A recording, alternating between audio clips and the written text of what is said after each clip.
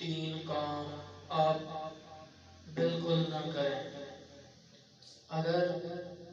آپ یہ تین کام کریں گے تو جنات آپ کے دشمن بن جائیں گے، دشمن بن جائیں گے۔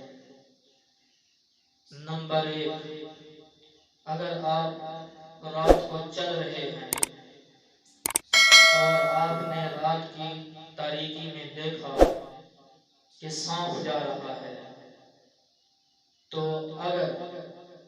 سانپ جا رہا ہے یعنی کہ یوں یوں کرتا ہوا، اچھلتا ہوا جا رہا ہے،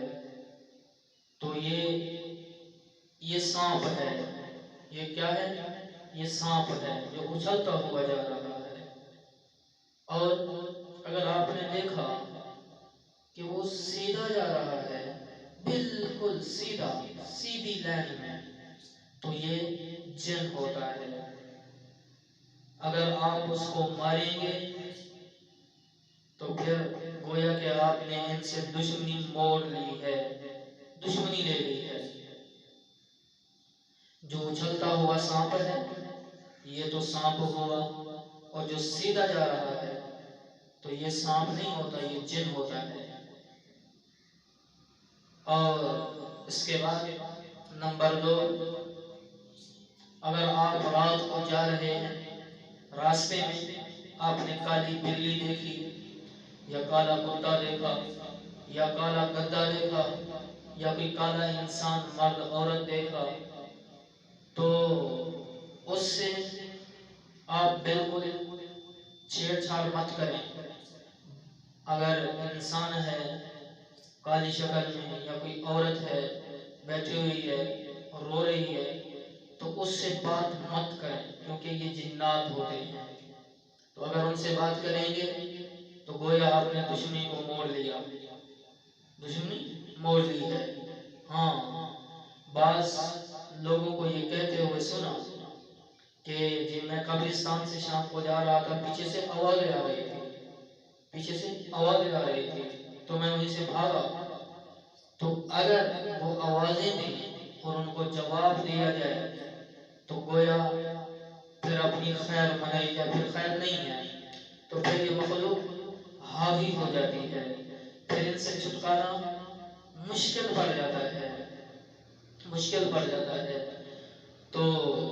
ان مخلوق کی تعداد انسانوں سے کئی گنا زیادہ ہے۔ فار ایگزامپل انسان 1% ہے تو یہ 3% ہیں، اور ان کے قبیلے اتنے بڑے ہیں کہ 70,000 کے اوپر مشتمل ان کا ایک خاندان ہوتا ہے، ان کا ایک کنبہ ہوتا ہے۔ ہمارے زیادہ کنبہ جو اگر ہوگا رشتہ دار کوئی 150 تک 200 تک، ان کا 70,000 تک جاتا ہے۔ تو یہ ان کی اتنی تعداد ہے، اتنی تعداد ہے۔ تو یاد رکھنا ان کی مغرب کی نماز کے بعد صبح شروع ہو جاتی ہے، تو اسی لیے فرمایا کہ مغرب عصر کے بعد اپنے دروازے بند کر دو، بچوں کو باہر نہ نکلنے دو، کیونکہ یہ مخلوق شیطان ہوتی ہے، یہ اپنی شیطان گیریاں کرتی رہتی ہے، تو اس سے اجتناب کیا جائے، اس سے بچا جائے۔ ہاں، اور نمبر 3، چاشت کے ٹائم جو تقریباً 12 کے درمیان پہلے جو وقت ہوتا ہے، تو اس وقت قبرستان میں بیٹھنا یہ منع ہے، کسی درخت کے نیچے بیٹھنا یہ منع ہے، اور کسی درخت کے نیچے پیشاب کرنا یہ منع ہے۔ کیوں؟ یہاں اللہ کی مخلوق رہتی ہے۔ اگر مجھے یہ بتاؤ، اگر کوئی تمہارے بچے کے اوپر پیشاب کرے تو کیا تم جو ہے اس کو انجبار کا شربت پلاؤ گے یا بزوری پلاؤ گے یا اسے جھوٹیوں سے اس کا استقبال کرو گے؟ تو اسی طرح اگر ان کے بچوں کے اوپر تم پیشاب کر رہے ہوگے، کیونکہ ان کا کنبہ ہوتا ہے، بیٹھا ہوتا ہے، تو پھر یہ تمہارے جو ہے ایسا سمجھنا کہ تم نے دشمنی لے لی ہے ان سے، پھر یہ تمہارے جو ہے اوپر آ جائیں گے اور فٹ ہو جائیں گے اور پھر تمہاری جان نہیں چھوڑیں گے۔ تو احتیاط کی ضرورت ہے، یہ اللہ کی مخلوق ہے، اور گندگی کی جگہ پہ اوپر ان کے ڈیرے ہوتے ہیں، فار ایگزامپل جہاں اینٹیں پکائی ہیں جو پٹھی پٹھا ہوتا ہے وہاں بھی ان کا گھر ہے، آگ کی جگہ ان کا گھر ہے، جہاں کوڑا کرکٹ پڑا ہوتا ہے وہاں ان کا گھر ہے، جہاں آگ جلائی جاتی ہے چولہے کے اندر وہاں بھی ان کا گھر ہے، اور یہ آگ کے راکھ کھانا یہ ان کی غذا ہے، گوبر ان کی غذا ہے، ہڈیاں ان کی غذا ہے، اور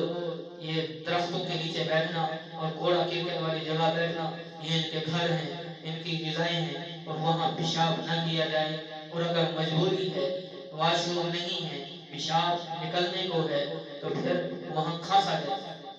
جائے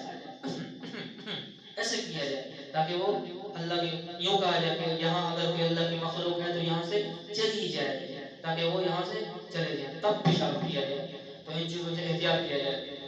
میں آپ کو اپنے علاقے کی کارگزاری سنا، ایک عورت تھی اس نے جا کے کھجور کے تنوں کے ساتھ یعنی کہ یہ کھجور جو ہیں ان کے تنوں کے ساتھ جا نیچے بیٹھ کے پیشاب کیا،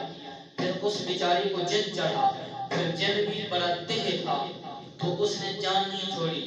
اور وہ بیمار ہوئی، تو انہوں نے سمجھا کہ یہ بیمار ہو گئی ہے، اس کو ہسپتال لے جایا گیا اور 1 ماہ تک وہاں رہی، 1 ماہ کے بعد مر گئی۔ بعض اوقات ایسے بھی چڑھ جاتے ہیں مرنے تک جان نہیں چھوڑتے، تو احتیاط کرنی چاہیے،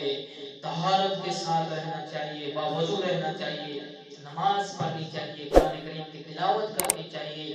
آیت الکرسی جو ہے اس کو پڑھنا چاہیے، اپنے اوپر دم کرنا چاہیے، پانی کے اوپر دم کر کے پینا چاہیے، تو ان مخلوق سے چھٹکارا جو ہے حاصل کیا جا سکتا ہے۔